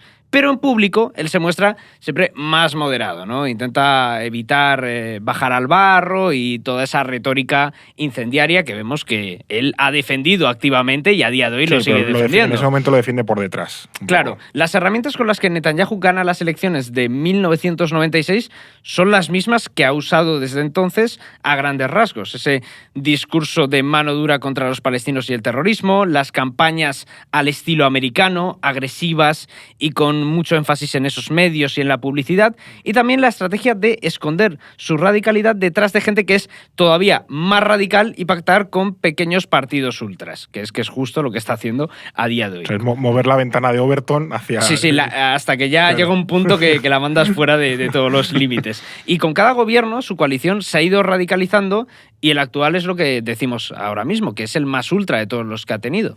A todo eso se añade otra cosa más importante también, que es que Netanyahu ha construido una coalición de votantes que es un poco populista, un poco anti-establishment. Sí. Lo que antes comentábamos de que ese Likud, ese partido de derechas, hereda, digamos, la tradición política de que el laborismo, los adversarios son los askenazíes, la élite blanca de Europa del Este, que es la élite social, intelectual del país y que dirige el país con ese socialismo sionista.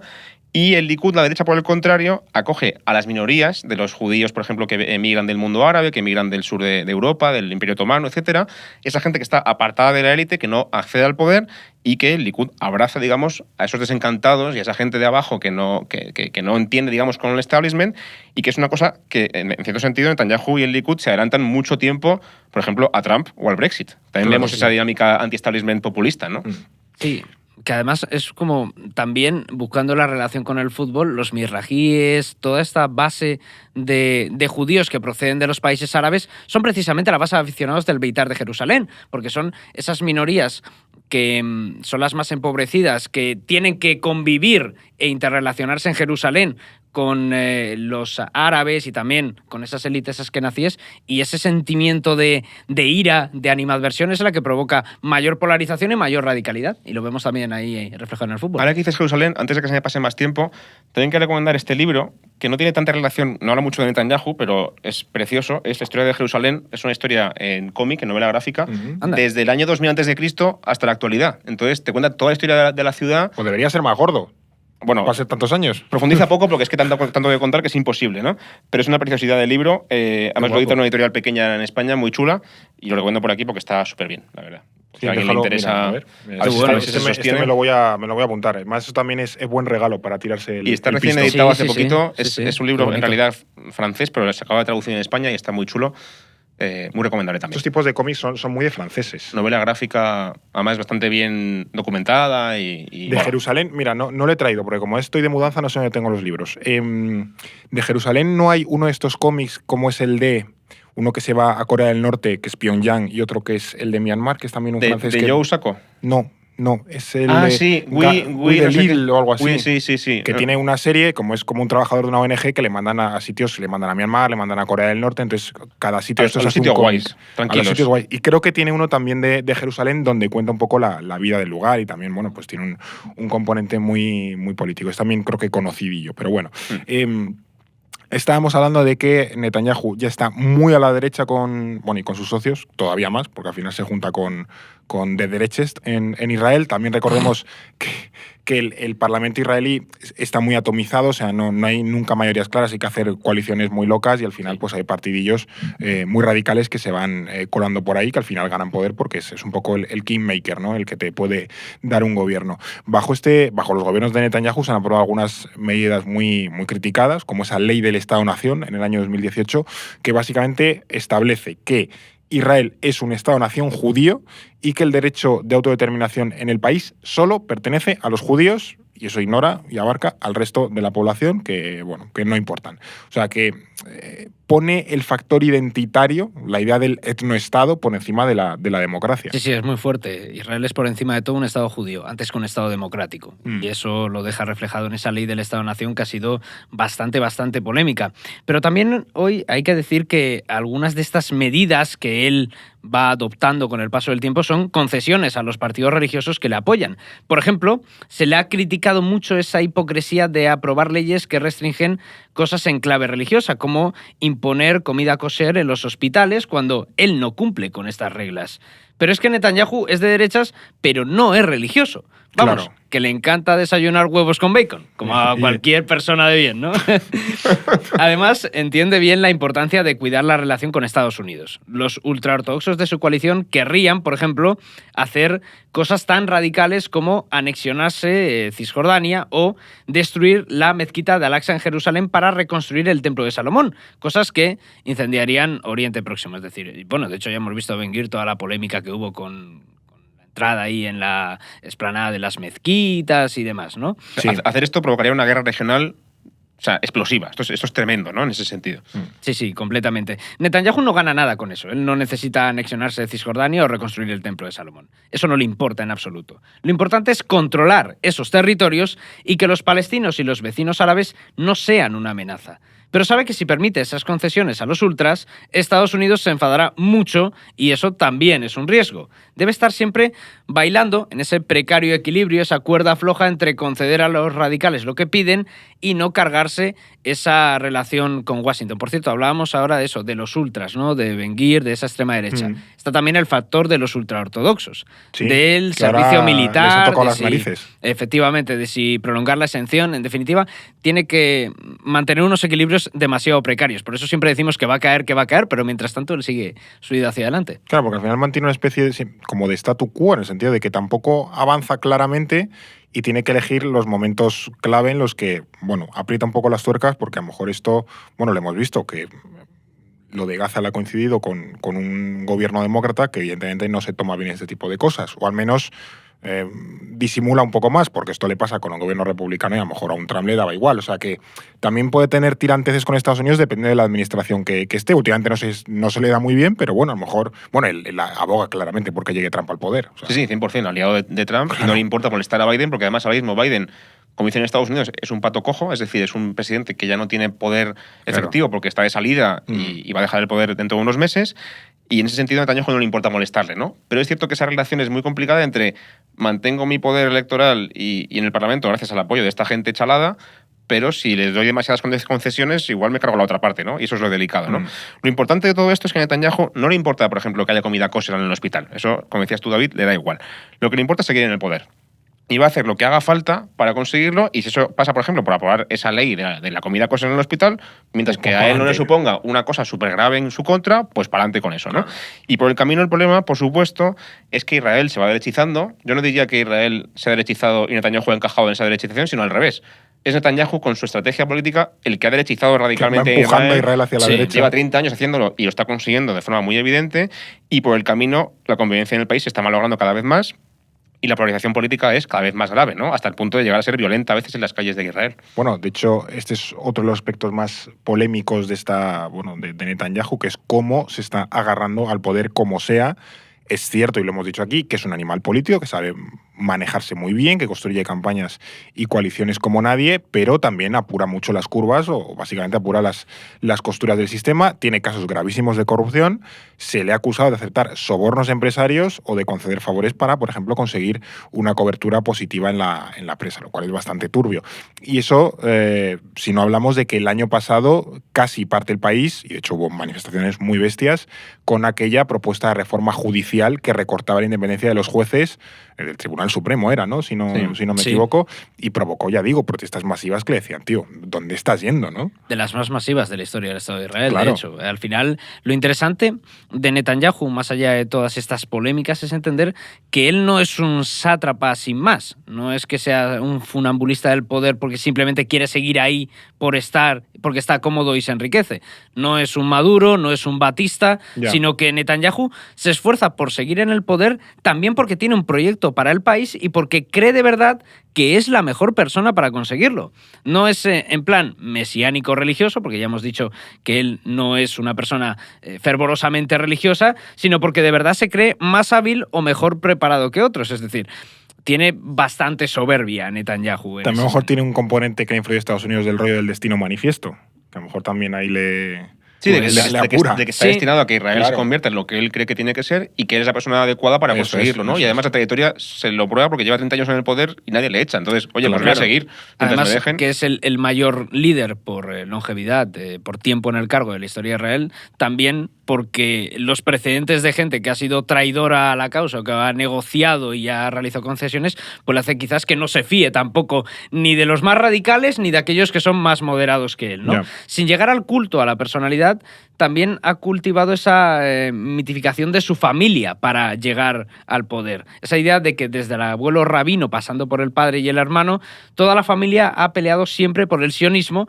lo que al final refuerza el pedigrí político de Netanyahu y de su apellido. Esto me recuerda un poco a otros autócratas o hombres fuertes que menciona Rahman en su libro, por ejemplo, Putin, Xi Jinping, Erdogan, Orbán, Modi, también Duterte, por ejemplo, que ya no está en el poder, pero que también es un ejemplo de esto en Filipinas, que también tenían un proyecto muy ideológico para sus países y también tenían una alta visión de sí mismos, como mínimo, diciéndolo suavemente, o eran muy soberbios, pues vamos a decirlo así, como el salvador de la patria que tiene el proyecto de que este país funcione, ¿no? De hecho, Netanyahu se ha querido asociar con esos líderes muchas veces. En el cartel electoral, por ejemplo, del Likud para las elecciones de 2020, Netanyahu aparecía en una foto junto con Trump, Putin y Modi, y ponía otra liga, como diciendo, somos los mejores del mundo y somos la leche, ¿no? Vaya compañeros de viaje. Este grupo de cuatro fantásticos.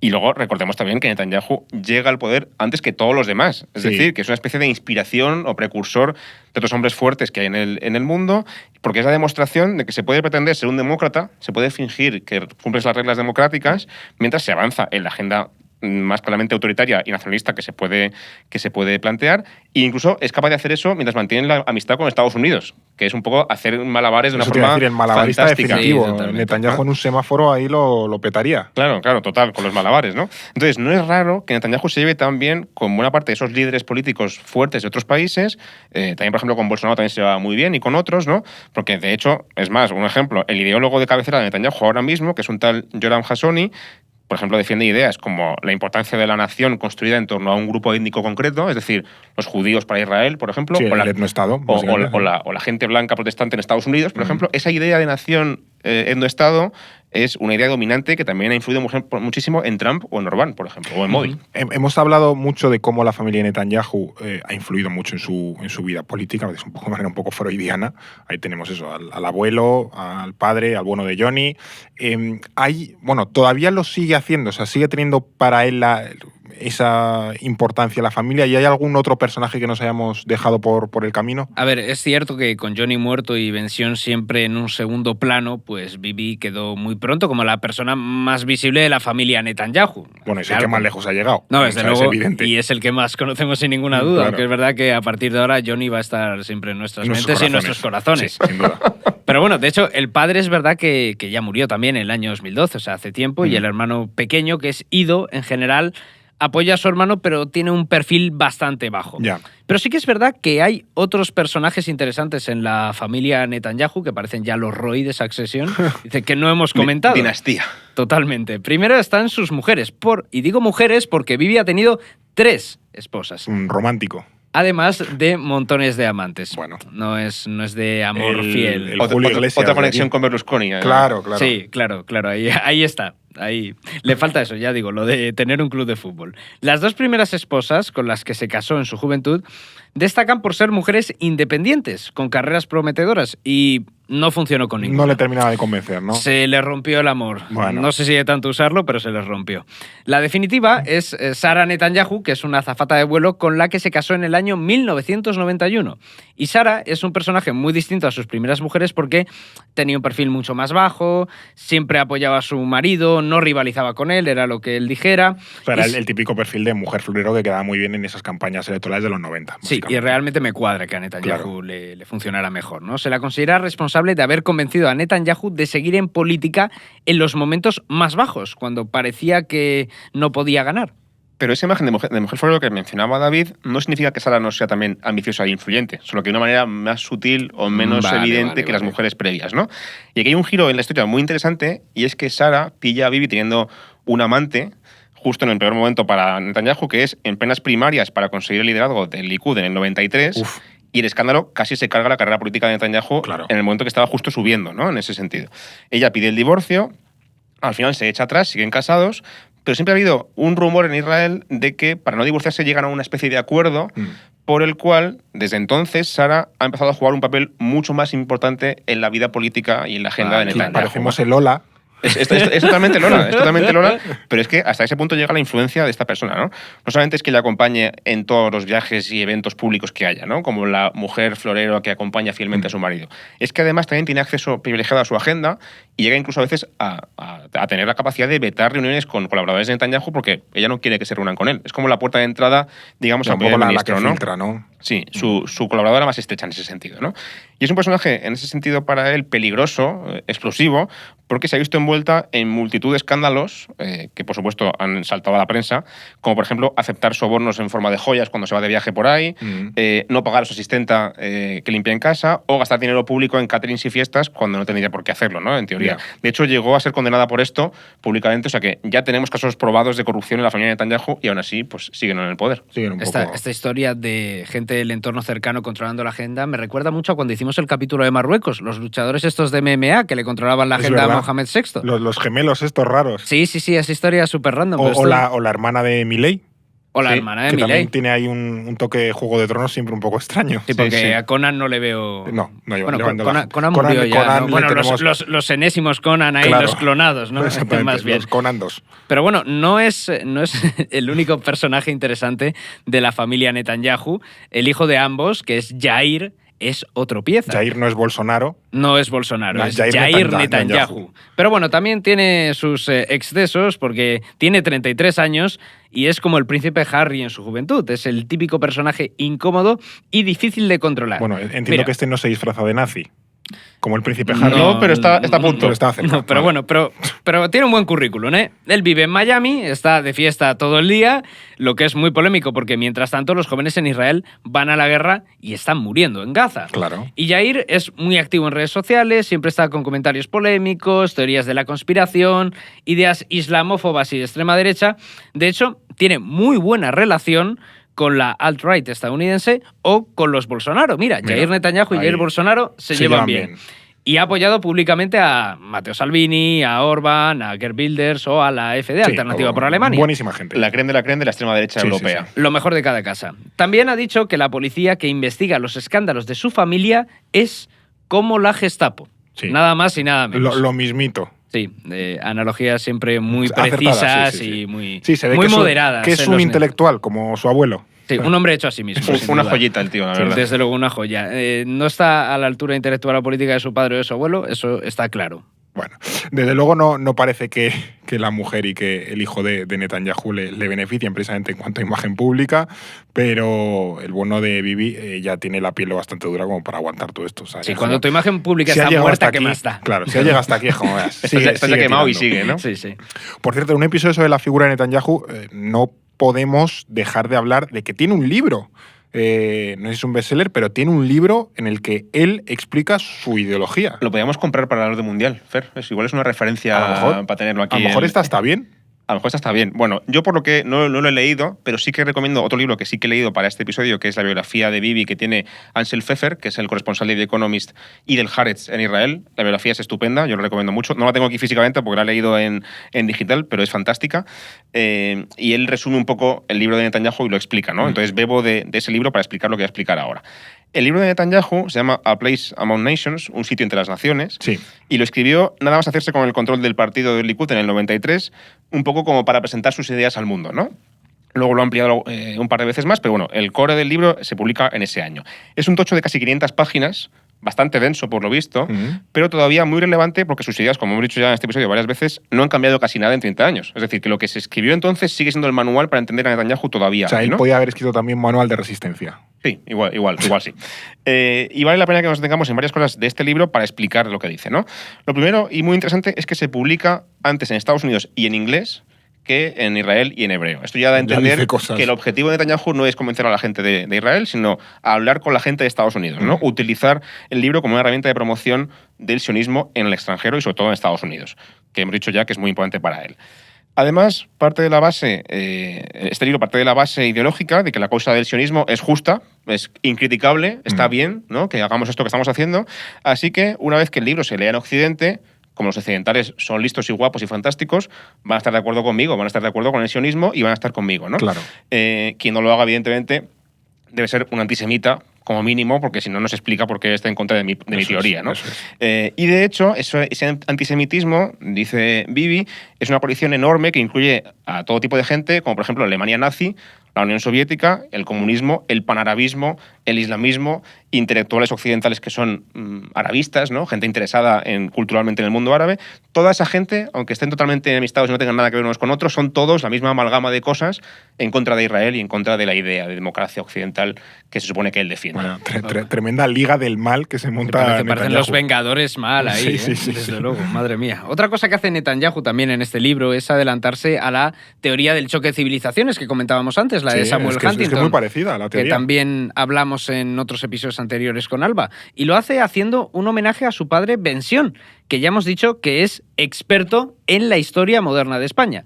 Ojo con este giro, que os va a molar bastante. A ver. Ben-Sion argumentaba que la reconquista en España está en el centro de la historia de Occidente. Él piensa que la expulsión de los moros permitió la expansión de España y Occidente y su reafirmación territorial, religiosa e identitaria frente al Islam. Y este proceso, iniciado en el siglo XVI, se completa con la vuelta de los judíos a Israel 1200 años después de su expulsión. Fíjate, el salto y el giro. ¿A dónde vas? Que todo es una gran cosa en contra del Islam, básicamente. Ese es el giro loco. Sí, es tremendo. Pues mira, Netanyahu coge esa idea y la amplía, diciendo que Occidente, junto con los judíos, está luchando desde hace siglos una gran guerra contra el Islam por dominar Europa y Oriente Próximo.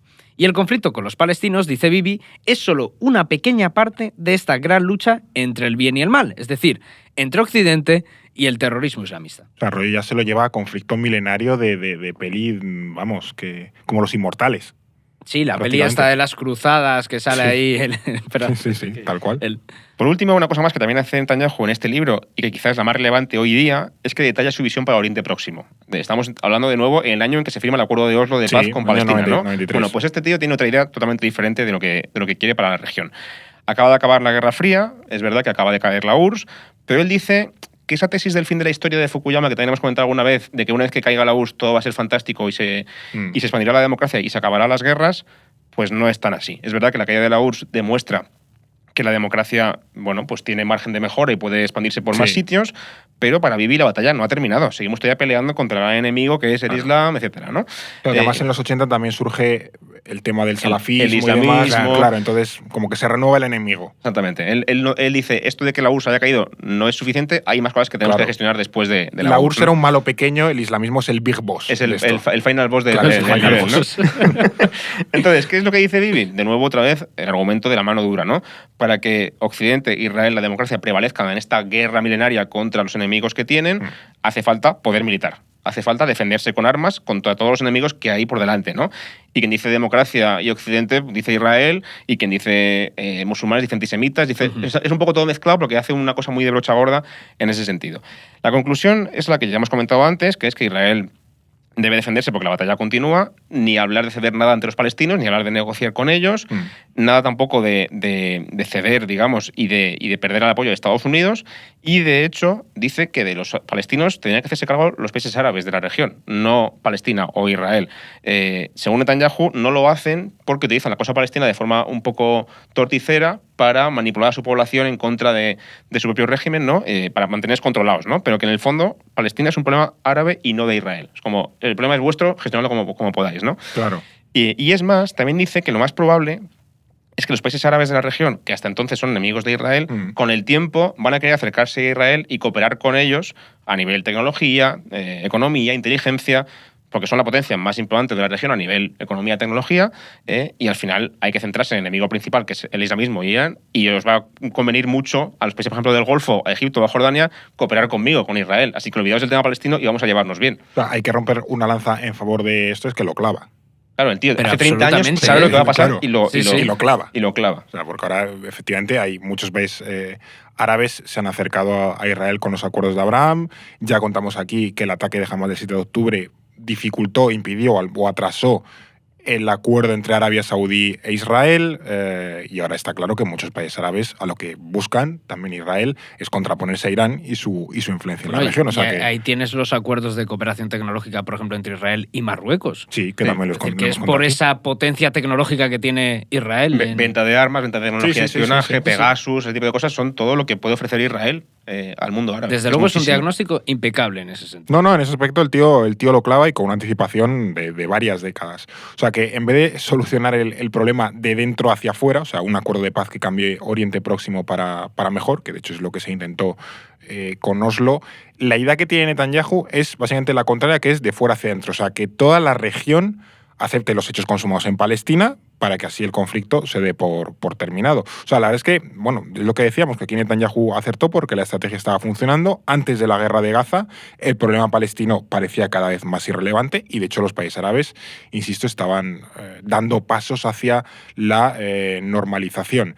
Y bueno, pues quizás si no hubiese habido ataque de Hamas, el legado de Netanyahu habría quedado escrito como su libro, ¿no? Como que todos los países árabes, ¡ay, qué bien Israel, qué maravilloso todo! Y los palestinos, bueno, habéis perdido la partida, a veces pasa, a veces se gana, a veces se pierde. Como ¿no? los tibetanos, ¿no? Que Sí. siguen siendo un pueblo oprimido que de vez en cuando protesta, pero que ya nadie se acuerda de ellos y que son irrelevantes para la O Hong geopolítica. Kong, sí, es que, bueno, sí, es una pena lo vuestro, pero es que estas cosas pasan. Pero hasta luego. Claro. Sí. Pero bueno, Hamas atacó, fue el mayor desastre de la inteligencia israelí desde el Yom Kippur, la mayor masacre de judíos desde el Holocausto, y muchas voces apuntan a que el responsable es el propio Netanyahu, y en buena medida con razón, porque no solo dirigía el gobierno cuando ocurrió, sino porque sus políticas pues, han provocado esta situación.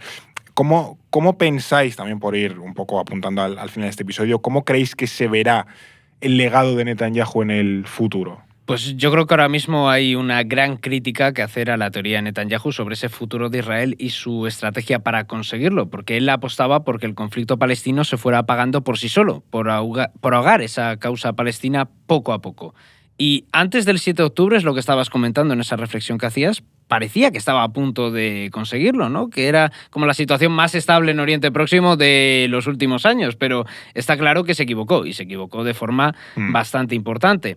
Hay que decir que durante toda su carrera como primer ministro, Netanyahu ha procurado debilitar al movimiento palestino, anulando a esa autoridad nacional palestina que nace con los acuerdos de Oslo y apoyando por debajo de la mesa a Hamas para que los palestinos quedaran deslegitimados y también divididos. Sí. Israel pensaba que podía tolerar la presencia de Hamas en Gaza o incluso alentarla porque jamás se conformaría con controlar la franja y no supondría al final una amenaza grave para la seguridad de Israel.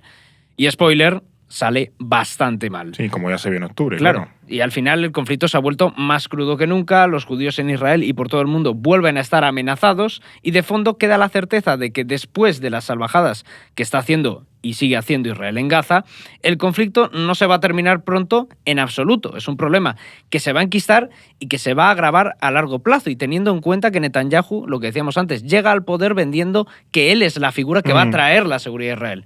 Y ahora es todo lo contrario. Añado un par de errores más a los que decía David, que comparto totalmente. Son errores quizá no tan evidentes como el ataque de Hamas, que es el gran error, ¿no? Pero también son muy graves. Primero, es permitir el ascenso de la ultraderecha religiosa en Israel, ¿no? El ascenso de esa extrema derecha con la que Netanyahu ha pactado siempre para apoyarse en su gobierno. Y compadrea, tolera algunas cosas, permite que se aprueben ciertas cosas que son muy radicales. Netanyahu deja que esta gente crezca poco a poco, porque quiere gobernar con ellos, lo necesita para gobernar, pero ¿qué ocurre? Que esta gente ya ha llegado a un momento que es incontrolable a nivel fuerza política, ¿no? Ni siquiera él puede manejar ya a estos partidos radicales, que ya están totalmente desatados en las calles en Israel, y esa convivencia amenaza con romperse en todo el país, ¿no? De hecho, hemos visto en julio, por ejemplo, imágenes de ultraortodoxos asaltando nada menos que bases militares del ejército israelí, que es una cosa inconcebible hace solamente unos años, ¿no? Y el segundo error es el impacto que tiene todo esto en la imagen de Israel. Hemos dicho ya muchas veces en este episodio que Netanyahu se ha pasado la vida entera vendiendo Israel en la tele, ante Washington, ante el mundo, etcétera, ¿no? Pero ahora las imágenes que hay de Gaza, las torturas a masacres a los palestinos, la construcción continua de asentamientos en Cisjordania, el ataque, por ejemplo, a la embajada iraní en Damasco, ¿no? Que es una violación clara de la soberanía de Irán, el asesinato del líder de Hamas que tú mencionabas antes, Fer, el ojo de la extrema derecha, todo esto podría seguir. La condena a la Corte Internacional de Justicia, la orden de arresto contra Netanyahu que está por llegar a la Corte Penal Internacional, todo esto es una mancha gigantesca contra Israel que acaba por romper todo el legado de Netanyahu, todo ese esfuerzo por promocionar la imagen de Israel en el exterior, ¿no?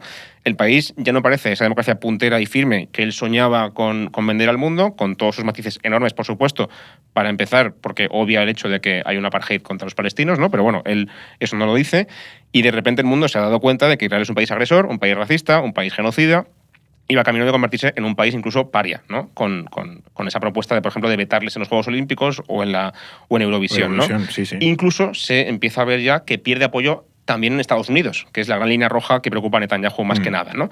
Y Netanyahu, más que nadie, sabe que es muy importante que esto se mantenga, porque si no Israel va a estar muy solo y quizá no sobreviva. Sí, que hace tiempo Israel era un poco el pilar de la garantía de seguridad en Oriente Próximo, pero ahora es lo contrario. Cada vez se parece la más garantía más de inseguridad. Claro, a un rogue state que es el que genera los problemas, no es el que lo resuelve, porque al final te va bombardeando países, te va provocando al resto y demás, y es el gran problema, el que te puede generar un incendio en toda la región. Y la gran ironía del destino es que al final lo último que le está pasando a Netanyahu es perder el apoyo de Estados Unidos, o dentro de Estados Unidos, que es lo que se ha esforzado por cultivar desde sus orígenes y lo que propició su ascenso político.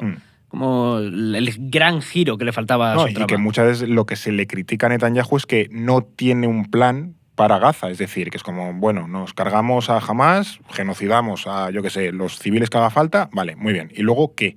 Pues no se sabe muy bien, entonces está ahí como esperando. Porque va sobreviviendo todo el rato, improvisando, se mantiene en el poder a duras penas y avanza, ¿no? Pero es que yo creo que él no sabía que iba a pasar lo de Hamas y no tenía previsto en su esquema mental que eso pudiera pasar. Él confiaba en que el conflicto se iba a resolver poco a poco y ahogando a los palestinos en la franja de Gaza, y de repente eso se ha roto para él. Claro, ya ver un poco cómo lo resuelves. Bueno, sé que básicamente la estrategia de Netanyahu le ha estallado en la cara, porque sus errores han puesto a Israel en la situación, o al menos en una de las situaciones más peligrosas de su historia.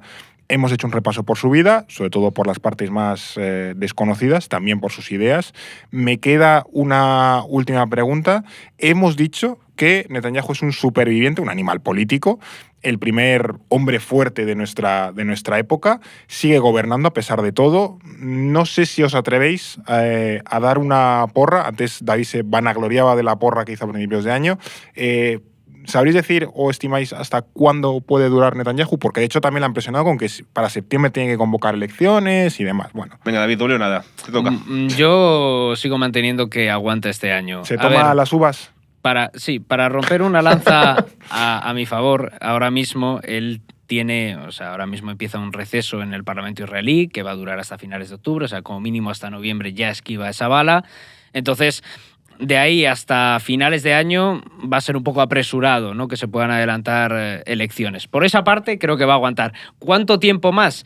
Es que es ir pegando patadas hacia adelante, esa huida que no sabes muy bien hacia dónde vas, una improvisación permanente, Pero lo cierto es que, aunque siempre estamos diciendo que Netanyahu va a caer y nunca cae, es que hay motivos para pensar que está en un callejón sin salida. Si él cede un poco, intenta negociar un alto al fuego permanente en Gaza, tiene unos sectores ultraderechistas que van a hacer caer el gobierno.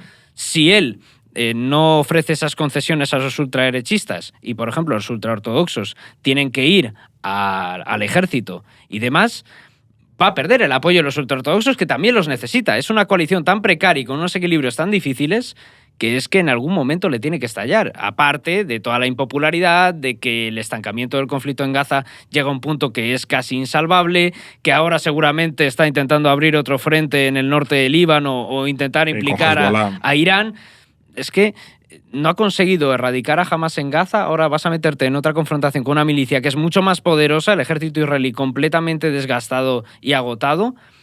Yo es que no veo que pueda salir adelante mucho tiempo más, pero claro, ¿cuándo va a caer? No, yo digo este año no. Sobre todo que pero... si hay una alternativa competitiva que pueda, bueno, que diga, vale, Netanyahu no, vale, entonces ¿quién y con qué plan? Claro, es que recordamos cuando en 2020-2021 Netanyahu cae, que hacen esa coalición de 8 partidos, que es básicamente una coalición anti-Netanyahu. ¿Cuál es la alternativa a un gobierno que no esté liderado por el jefe del Likud? Es que seguramente no la hay. Es tan dominante la política israelí que es muy difícil ver una persona alternativa a Netanyahu que sea capaz de formar una coalición duradera y que aguante más de unos pocos meses, porque de hecho hubo varios primeros ministros que duraron menos de un año muchas veces, ¿no? Hubo varios ejemplos. Hay un elemento más que meter también en la ecuación, que son las elecciones en Estados Unidos. Es verdad. Que no lo hemos mencionado. De cara a noviembre, aparte de que vuelve el Parlamento israelí, también se vota en Estados Unidos y creo que es fundamental para ver qué pasa con Netanyahu. Si gana Trump le va a hacer la ola a Netanyahu, le va a hacer todo lo que quiera, ¿no? Le va a dejar manga ancha.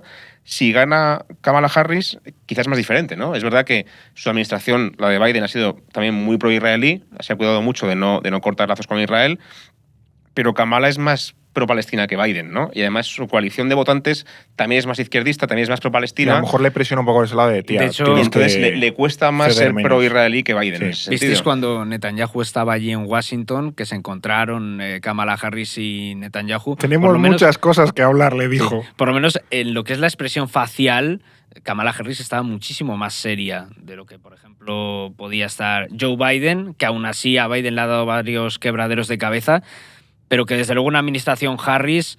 Bueno, es que Biden es una antigua escuela en el sentido de viene de la época en la que Israel era un pilar fundamental de Estados Unidos. No se cuestionaba y también Israel. Se conocían desde hace 40 años, de la época de Washington y de Nueva York de Netanyahu. O sea, que la relación incluso es personal con Biden. Claro. Sí, desde luego que creo que va a haber un cambio considerable si hablamos de Kamala Harris o de Donald Trump. Bueno, pues hasta aquí el episodio que le hemos dedicado a Benjamin Netanyahu.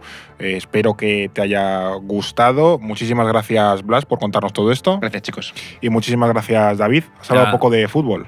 Bueno, he intentado meter ahí algunas pinceladas del Beitar de Jerusalén, que es una historia bastante graciosa y que jugó contra el Atleti un amistoso una vez. Perdimos, por cierto. Pero bueno. Has hecho tu lo he check. intentado. El bingo del orden mundial está resuelto por esa casilla.